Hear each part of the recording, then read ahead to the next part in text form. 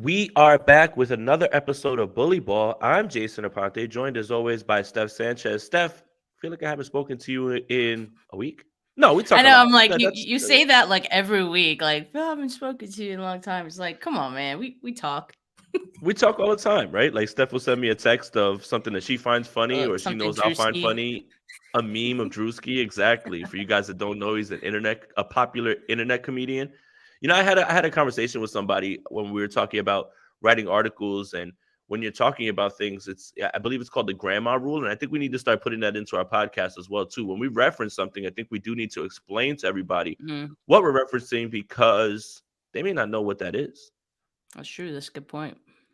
Yeah, so we don't really care about all that. Let's talk about the San Francisco 49ers. So, Steph, as the world turns with the grand proclamations at quarterback, as the world turns with whatever predictions you have and what's being said by whoever, Ian Rapoport went on the Pat McAfee show and said that he received kind of a cease and desist from the 49ers organization for giving his opinion on the 49ers quarterback situation. Thoughts on that?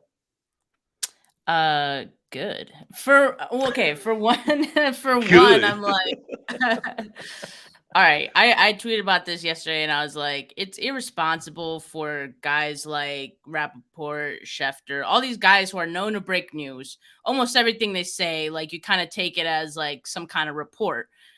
I mean, that's just the nature of what they do and the nature of how we the people like receive that information. Like we're always going to take it as like, "Oh, you're hearing this from somewhere. This must be a report. This isn't your opinion." Sometimes some really good people, and I feel like Matt Maiocco does this all the time too, like he will say like, "This is just my opinion." Like he will make that very clear. On the other hand, the national media guys, they don't always disclose like, "This is just my opinion." And so when that doesn't happen, you get it just gets thrown out there, and people always are going to interpret it as it being a report, or, "Oh, you're hearing this from somewhere." Excuse me, you're hearing this from somewhere. So that's kind of the issue that I have with it. And so in that case, like I am glad that the 49ers kind of said something about that. I do see that some people can think like, "Oh, well, it's after the draft, so now they're trying to, you know, change their tone on Trey Lance." That could maybe be true, but at the end of the day, we don't know when this happened. We don't know when the 49ers actually reached out to Ian Rapoport. He's just talking about it now after the draft, but that could have happened right after. We don't know. So to assume that, you're just making assumptions as well. But at the end of the day, it's May. When he said that, it was like March, April, like when he's been saying all this stuff, right? We have been saying for quite some time, Jay, that you just can't make those statements in like March. Like, what are we even doing here? You know what I mean? To say like, "Oh yeah, he's going for sure gonna start." You know what I mean? All that matters is what happens on the field now, because it's OTAs, and at this point they've seen Sam Darnold and Trey Lance together. What happens in training camp, end of July, August, what have you. That's all that matters, and how that shakes out. What people are saying, people's opinions, what people are hearing, none of that matters until they get on the field, and then real decisions are going to be made. Yeah, absolutely. And I don't want to paraphrase what he says. So I believe the clip is actually, ready to go, so we can actually hear what was said word for word, bar for bar by Rappaport on McAfee. If you have that ready, Rob. Sam Darnold thing is interesting. Like, so I think it was on this show, yeah, when I said something like that there was a very real chance that Darnold was going to be the starter week one. And I got a lot of pushback From people there who were like, "Why would you discount in the building or like Niners fans?" In the building? Okay. Like, why would you discount Trey Lance? And I'm like, I get it, but like Trey Lance is not. We have not seen whatever Trey Lance is going to be. We have not seen it. You know what I also like about that quote? Okay, fair. We haven't seen anything about Trey Lance, but what have we seen of Sam Darnold that makes us think that he is automatically going to be the QB1 if Brock Purdy misses any time? All that we've seen is like bad play from Sam Darnold. So again, what are we doing here, man? Go ahead, Jay. Oh, Steph, I'm tired. I'm tired, Steph. It's May 9th. I am tired. It's May 9th. I want football to be played so everyone can shut the hell up. So let's break these words down as literally as possible. Is there a very real chance that Sam Darnold starts? Yes. That will be determined on the field, not based on what Ian Rapoport has said, his opinion, not based on any fan's opinion. And the victory laps that I'm seeing on each of these opinions is ridiculous. And I want to repeat, you're telling on yourself because you're looking for something to confirm your priors and your bias. You can pick apart anything and find any sort of quote that you want to support whatever issue if you don't look at things logically and objectively. Now, the question I have, and I mean, I've been banging the table about this too. 55 games of Sam Darnold being downright terrible to fairly decent, which is what that 6-game stretch was. If anybody tells you that that 6-game stretch that he had in Carolina was anything other than decent, 1, you didn't watch the game. 2, you're outright lying. Or 3, you just want to look like you're ahead of the curve if Sam Darnold turns into a decent quarterback and plays good football. He was not very good. He was decent. Watch the games again. He's still missing the throws. I don't want to hear about situation. I don't want to hear about coaches. Coaches in situation don't throw the ball right into the linebacker's stomach. Okay? Adam Gase didn't throw the ball to a linebacker. Neither did Matt Rule. I don't want to hear it. He has this stretch of 6 touchdowns and 5 turnovers in 6 games.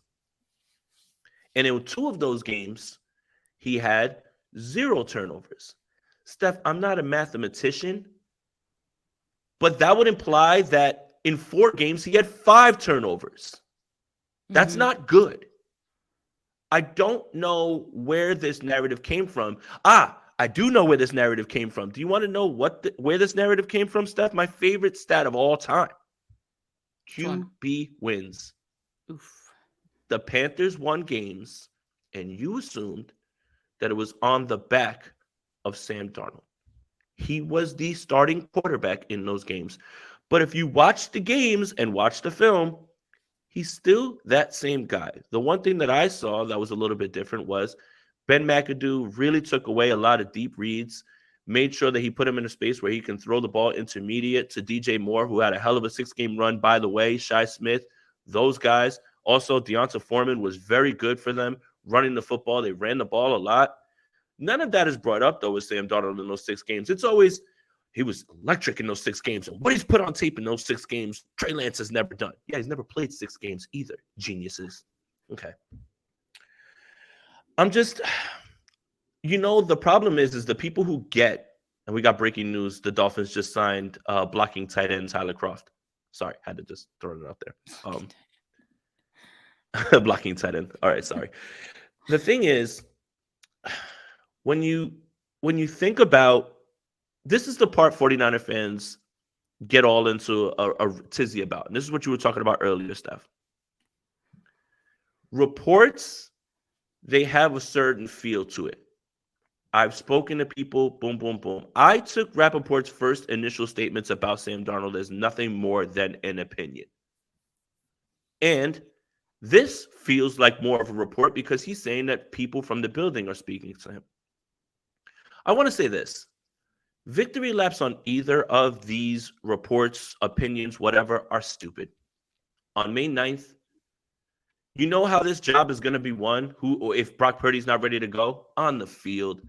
You think that John Lynch and Kyle Shanahan, when they're making a decision just in case, hey, I don't know, I remember what Rapoport said in March. We got to kind of stand by that. Or remember what Lynch said at the Combine? We kind of got to stand on that. It doesn't matter that Trey Lance looks very good and has actually outplayed Sam Darnold. Our decision's made because of these statements. Steph, I'm tired. Just please, say something to calm me down. Say something to keep me engaged. Say something that doesn't make me dismiss things, because it seems like for 49ers fan, opinion and report is beating their ass worse than spelling there and there. Oh no. EY''RETHERE. Both of those things are beating people's ass at an unreal rate. Like, they're getting jumped. Relax. It's May 9th, guys. Please. And it's okay for fans as well. Like you've said, like people are using this to now confirm their priors. People are using this as oh, well, see, I was right about how the team feels about Trey Lance. We don't know shit. Like, can we just admit that none of us Bleep know it out, Rob. shit? Bleep it out, Rob. Use that clip too. But don't use a soundboard, or that may be an issue on Twitter. But and I don't know anything about that, by the way. I'm just That's I wasn't even on Twitter for like the weekend, and I see people arguing about soundboards, but so I can't share the context on that because even I don't know. But anyway, yeah, like none of us know anything about the quarterback situation. Can we just all admit that we don't know anything and that we won't know anything until the starting quarterback is named? You know, like stop trying to act like you're smarter than everyone and that you knew all of this. You knew how the team felt about the 49ers. No, you did not. There's just, I guess, a lucky draw for you that this happened, but we don't know anything. And I'm okay with that. That's okay. Like even Matt Maiocco probably doesn't know anything. No one knows anything because we can't make these decisions in March and April and May. These decisions are made later and it has nothing to do with how you think or how you feel about the quarterback situation. It's not going to be decided on Twitter. It's not going to be decided by reports. It's not going to be decided by reporters. It's going to be decided on the field one way or another. Guys, please, I know it's boring. You know, there's nothing going on.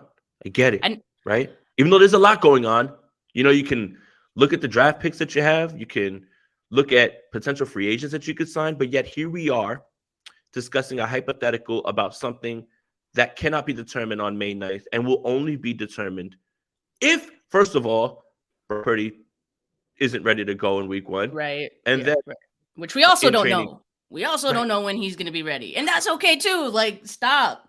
Just stop. Stop. But, Jay, I know you said that, you wanted me to make you feel better. Yes. I didn't. I kind of I kept going in on the subject. Let's just change the subject at this point. Well, Jay. Real quick. Don't say that. Don't say what's on the screen. But I wanted to say this about Matt Maiocco's statement about okay. All right.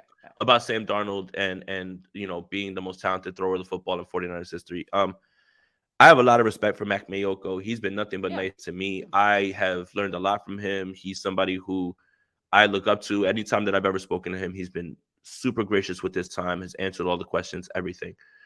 I respectfully disagree with this. Clearly, Joe Montana, Steve Young exist. I think what Matt missed, his opportunity was misworded. And all he had to say was the most talented thrower of the football since Kyle Shanahan and John Lynch have been here. You can still push back on that, but that's far more understandable than 49ers history. So I just wanted to make sure we spoke about that. Love Matt, though, and want to show that respectfully, I disagree with that. And I do think that he misworded that, even though the internet bullied him, hit into writing a whole other article to back up that statement. So, yeah, I guess the power of the internet does work in certain points. But again, I understood what Matt meant, but that's not what he said. And I think that's the biggest issue with everything. And also, if you read the context of what he said on KNBR, it wasn't even like the next sentence was just like a nothing burger as well. It was just very vague. He was saying, "Oh, Darnold does some things better than Lance and Purdy, but Lance and Purdy also do some things better than better than Darnold." So it's like, okay, he wasn't really saying anything, which is okay. Like, whatever. Sometimes when you're put on the spot, you just say things. But yeah, I didn't really take that as too much. But he did say Frank Gore likes Sam Darnold, so it seems like the people who have played with Sam Darnold really like it. It's kind of like the Jimmy Garoppolo effect. Like, okay, who cares how he plays quarterback? But we love this guy. We're gonna back him up no matter what. Kind of getting that same sense with Sam Darnold. So we'll see how that goes. If any locker room politics play any part in that. But I thought now the race is over then, Steph. I mean, if Frank Gore likes him, then that's it. It's over, right? Like, and don't tell me that you know better than a football player, because I can hear the people listening to us and saying that. Like, yes, sometimes football players say things that are incorrect. It happens all the time. Happens all the time. The great Joe Montana, the great Jerry Rice, every single one of them have opinions that are possibly more informed, but stop acting like they're correct every single time, because if they were, every single GM, coach, everything would be former players and not people who haven't played the game. End rant. Steph, we can move on from this. Let's move on. I'm just trying to breathe, man. Jay, yeah, let's breathe. Jay, I know that you had a really awesome interview this past week, or was it yesterday or this past weekend? It was yesterday, actually. Okay, yesterday with Ji'Ayir Brown, the 49ers' first third-round pick of this draft. How did that go? Like, tell us the background. Like, it was Ji'Ayir Brown Day at Trenton, right? Mm-hmm. So what was that event about? So Trenton, New Jersey, I live in New Jersey, but I live in northern New Jersey. Trenton, New Jersey is far closer to Philadelphia. There's a lot of Eagles fans in Trenton, but Trenton is the state capital of New Jersey. And it was brought to my attention that they were going to have a Ji'Ayir Brown Day, and there was an email on there. I sent an email to the organizer about being on the field, and they were gracious enough to grant me a spot. The caveat was I asked about would I be able to get a few moments with Brown, and the organizer said you'd have to speak to his mother. And I said, okay, like that's fair. Again, Ji'Ayir Brown is 23 years old, but still a young man. And I'm sure his mom right now is the one who's keeping him in line still. There's a lot going on. So it's good to have your parents around, your parent around. So, yeah, I mean, I drove down and it's at his former high school, which for the background on his high school was when he was there, the high school didn't even have one location. It had 4 separate locations that he would have to bounce from class to class. And that's insane to think about. And it just goes to show there's a lot of things going on in Trenton, right? There's neighborhoods you can't really go to at times. And he talked about this. There's hardships over there. And he's one of the few people to make it to the NFL, and they wanted to celebrate that. So there's congressmen, there's assembly people, the mayor, everybody's there. And there's a large group of people in the stands as well, too. And 49ers fans, a lot of 49ers fans. And whether they return now that Brown is there or whatever, but felt like a typical road game where there's a bunch of 49ers fans there. So I get a chance to speak with his mother. His mother says, sure, no problem. We'll figure it out. He had us a meeting with the 49ers at 5. So he said, she says, he'll be done with that and then come out here. She was like, money first, always. And I was like, yeah, and shout out to his mom. She was nothing but nice. So he finally comes out. His whole family's there, and they start to give him award after award. They start talking about his Pop Warner coach comes up and talks about, I knew that he was going to be special. Did I think he was going to make the NFL? Probably not, but you knew that he was going to be special. Vice principals, teachers giving testimonial after testimonial, got the key to the athletic department. And when it was over, the entire bleachers empties onto the field to meet him, get autographs, and all of those things. And before I get to that, I just really want to talk about this young man's demeanor. He had a speech in which he talked about being a role model for kids, being able to make it out of the same place that he was in, wishing that he had someone that he could look up to like that. He lost his older brother as well, too. And that, I can't imagine how hard that is. And he said something that really, really stuck out to me. And he said, everybody kept lauding his humbleness. And he said, being humble is not an option. It's not an option. And you can tell that this young man is very mature. You can tell, again, the 49ers target high character guys. And, the whole stands comes down. He stays on the field, signs every single autograph, takes every single picture.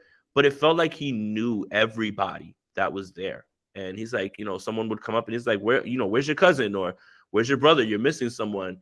That's how close and small that town is and how important that day was for him. So it was really impactful to see things are bigger than football. And Ji'Ayir Brown is somebody who has that entire city on his back. And it was really, really cool to see as well, too. I got a few minutes to speak with him as well, too. He talked about the process with the 49ers and how they met. And he met with Lynch and Shanahan and what they liked about him, talked about his ball hawk skills. Very confident young man. But it was just awesome to meet the young man. And I understand exactly why they targeted him aside from the football field, which he was great on. Defensive MVP in the Rose Bowl, 10 career interceptions. When he has the ball in his hands, he probably running it back to the house. But I understand exactly what they were doing when they saw him. Very mature young man, very well spoken, very intelligent, very gonna have a bunch of work ethic, and he's leaving Thursday for minicamp. But it was a great experience. Yeah, and you asked some great questions, and really, like, you really get the sense of the matureness, the confidence that he has in himself.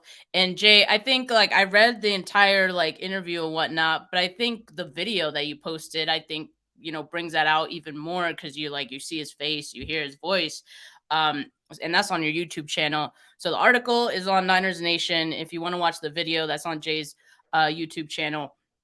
And yeah, like he just exuded that confidence. He just seemed like a very calm, down to earth kind of dude. And yeah, like right off the bat, you can see what the 49ers would have liked in him. And yeah, he talked about being a ball hawk. You can't teach a ball hawk. And what he means by that is, like, you can't teach those skills. Like, and he has had that skill for as long as he's been playing football. So that's what the 49ers have in him, in addition to the great character, the great personality, and all that Jay mentioned. So yeah, that's awesome. And that's a great opportunity to be able to get that interview for sure. So I'm proud of you, man.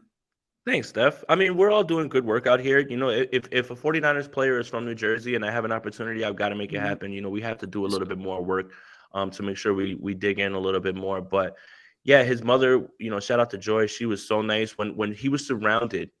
I stood back because I said, I have to let this play out, right? Like it had been a long day for me, but again, we have to put in the legwork to do things that we don't have the access for, right? Like, we're not in the building, so we can't talk to them, right? So if they're there, you've got to sit there and you got to try, right? So again, we've had to get a leg up on this. When you have an opportunity, you have to work a little bit harder. But as he was surrounded by kids who asking for autographs and adults who were saying that they were proud of him, his mother she goes, Jay, come over here. She's like, stand right by me. She was like, stay right here. And when things cleared away, she said, go with Jay and go do the interview. Like, she's like, go. And she said, thank you for being patient. I said, Joy, you got a lot of work here, So it was really cool to see all of that, man. It's about the person. And that's what I wanted the article and interview to really be about. We can talk all day about the 49ers. I'm sure you're going to get a ton of that when he finally gets to the building, and the people who actually are there in the building will be able to ask questions. Hopefully they don't ask generic softball questions. But it's about the person, and it's about understanding the story. And when you hear that, I don't want to be biased. When I got a chance to speak with him, because we spoke a little bit off the record as well, too. He's leaving Thursday for camp. I walked away rooting for the young man because he has so much going for him, and he's been somebody who's been through some stuff. So shout out to Ji'Ayir. They call him Tig. Nobody calls him Ji'Ayir. He's Tig. And that's it. That's all you heard the entire time. But he's a good young man with a great head on his shoulders. As much as he's a good football player, it seems like he's a better person. And I think that was the refreshing take that I have about it. So, yeah. So speaking of minicamp, that's about to start. And apparently, Steph, more quarterbacks are here. So let's get back to it. A lot of people are freaking out now that there's more quarterbacks. But, Steph, rookie minicamp, they don't have any rookie quarterbacks to run minicamp. So wouldn't that be the reason that they're bringing in quarterbacks? It could be, Jay. Could be. Yeah, I mean, I don't know if 49er fans are freaking out about it, but I was seeing a lot of people like, and they could be trolling. They very well might be. Anytime you see the report, there are just a bunch of people commenting like, how many quarterbacks do they need? Trey Lance is done, all this other. And I'm like, come on, like, stop being a casual. The 49ers need a quarterback to run rookie minicamp. Now they have two. So that one quarterback doesn't have to throw the entire time. They can switch between those two guys. And both John Lynch and Kyle Shanahan did mention they wanted to sign someone else. They did sign Brandon Allen as well. Oh, no. Brandon Allen's quarterback one. Oh, I'm sorry. I couldn't resist. According to sources. Wait, Jay, is that your opinion or do you have a source? I don't know, man. I don't even know anymore, man. But Brandon Allen, he's going to be that fourth quarterback or third, I guess I should say, in training camp, or maybe fourth if Brock Purdy will be back throwing, which it seems like he will be by then. But those veteran guys aren't going to be in rookie minicamp, so that's why they signed 2 rookies for that. So I'm not thinking anything of it. Who knows if they even make it past like rookie minicamp? Like I don't know, man. But just go on for the ride. I'm always just wait and see what happens. I'm glad that so many people are passionate about this team, but I want people to be passionate and rational. And I might be asking a little bit too much. So how dare you have a level-headed take about a rookie minicamp when the 49ers have no rookie quarterbacks to run rookie minicamp and they bring in 2 guys to help run it? Like, what does this mean for Trey Lance? I mean, anything the 49ers do, they could bring in a corner. How does this affect Trey Lance? I mean, I guess Trey Lance is done now. They got to trade him. Like, it's ridiculous. And now, and it's funny. You would think after 49er fans were absolute sleuths in sniffing out the Mac Jones at 3 stuff, and for the most part, we're on it. Now are just in a tizzy with almost anything. And it seems like we almost learned nothing about any of this stuff. Some people will say 49ers don't leak, but those same people are, well, Ian Rapoport said, what is it then? And I don't subscribe to 49ers don't leak, but again, people are using things to confirm, confirmation bias is a hell of a thing. And people are just using whatever to run with it again. So if I didn't bat an eye at Ian Rapoport saying anything about Darnold, I'm not batting an eye about him saying that the 49ers push back, because I always knew that this thing was going to be settled between the lines, not in the media. So, but yeah, rookie minicamp on its way. Like I said, Tig said he'll be out there Thursday. Should be exciting to see those guys get out there, start to get work together. We're getting closer. We're getting closer, right? If we can make it through May, then it's just June. Then all of a sudden OTAs start. Then there's actual football to be played. And then we're right there on the cusp of getting to training camp. So we'll get there, Steph. We'll get there. We're going to get there by being rational and boring and not give off crazy takes. Everything's not a conspiracy theory. Sometimes the most logical answer is the one that's right in front of you. And it's not bigger than that. People have gotten really good at, well, John Lynch said this, and this, and then touched his eyebrow. Well, now that means he's lying. It's like, guys, just listen to what he's saying. That's it, right? Yeah. One more thing that's happening this week, and leave it to the NFL. They literally make every single thing an event. Everything.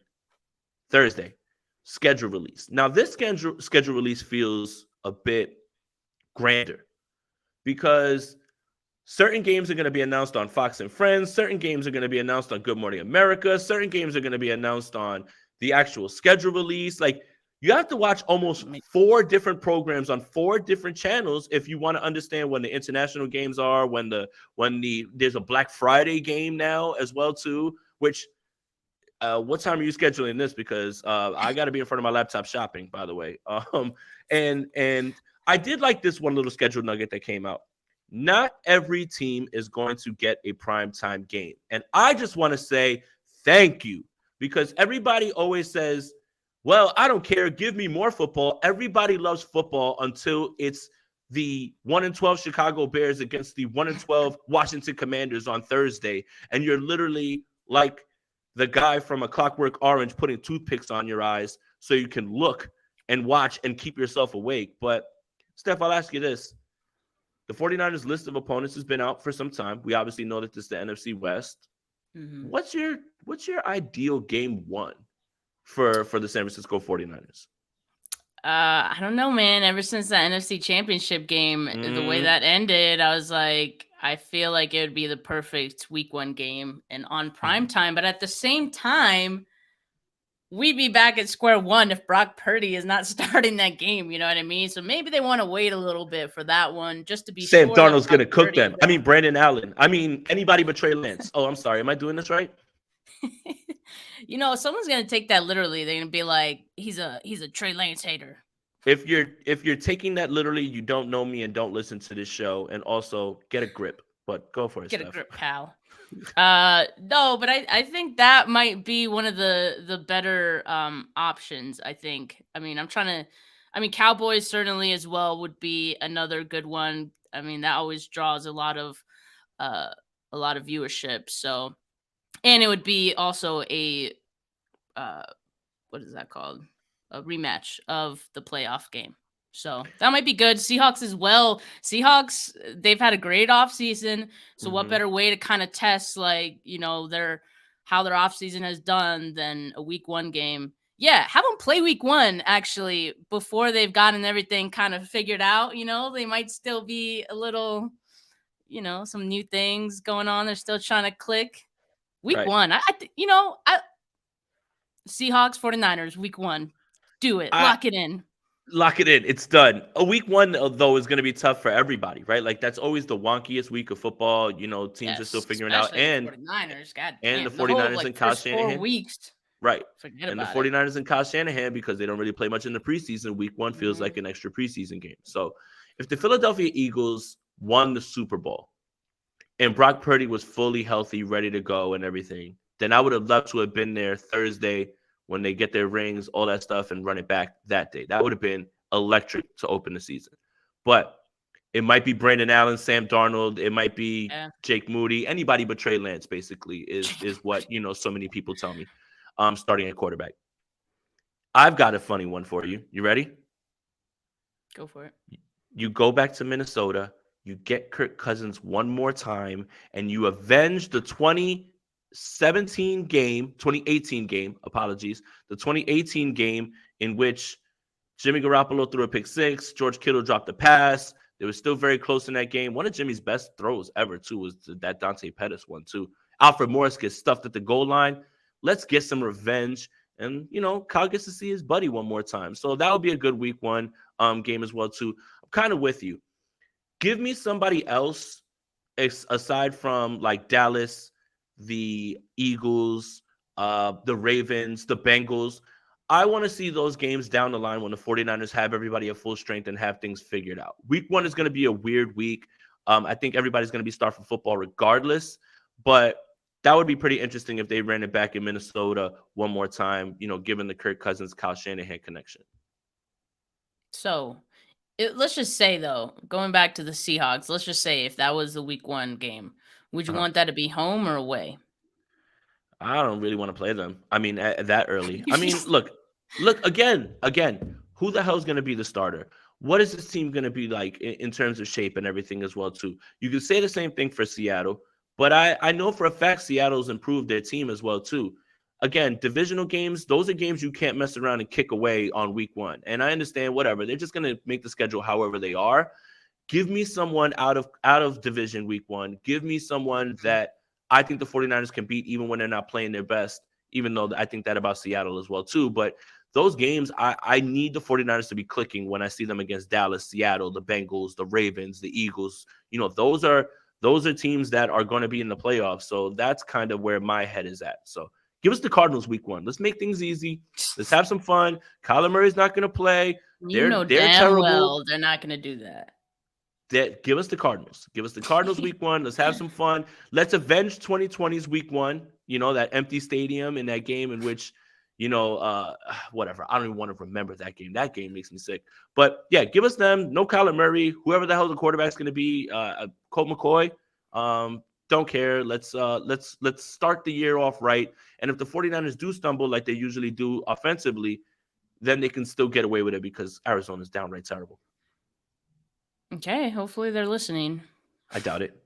Watch week 1, Eagles, Sunday Night Football. I'm gonna be like, come on, man.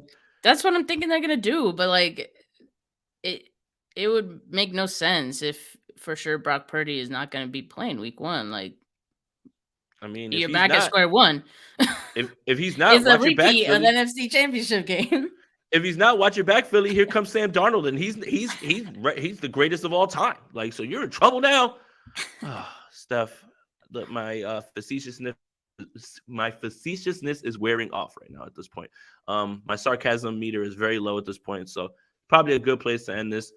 Thank you guys for tuning in. Make sure you guys subscribe to the Gold Standard Podcast Network wherever you get your podcasts. Make sure you follow Gold Standard on Twitter, GSN Podcast, on Instagram, GSN 49ers. Follow me on Twitter at Jason Aponte 2103. Follow Steph on Twitter at Steph49K. For Steph, for Jay, we're out of here. I'm exhausted. Peace.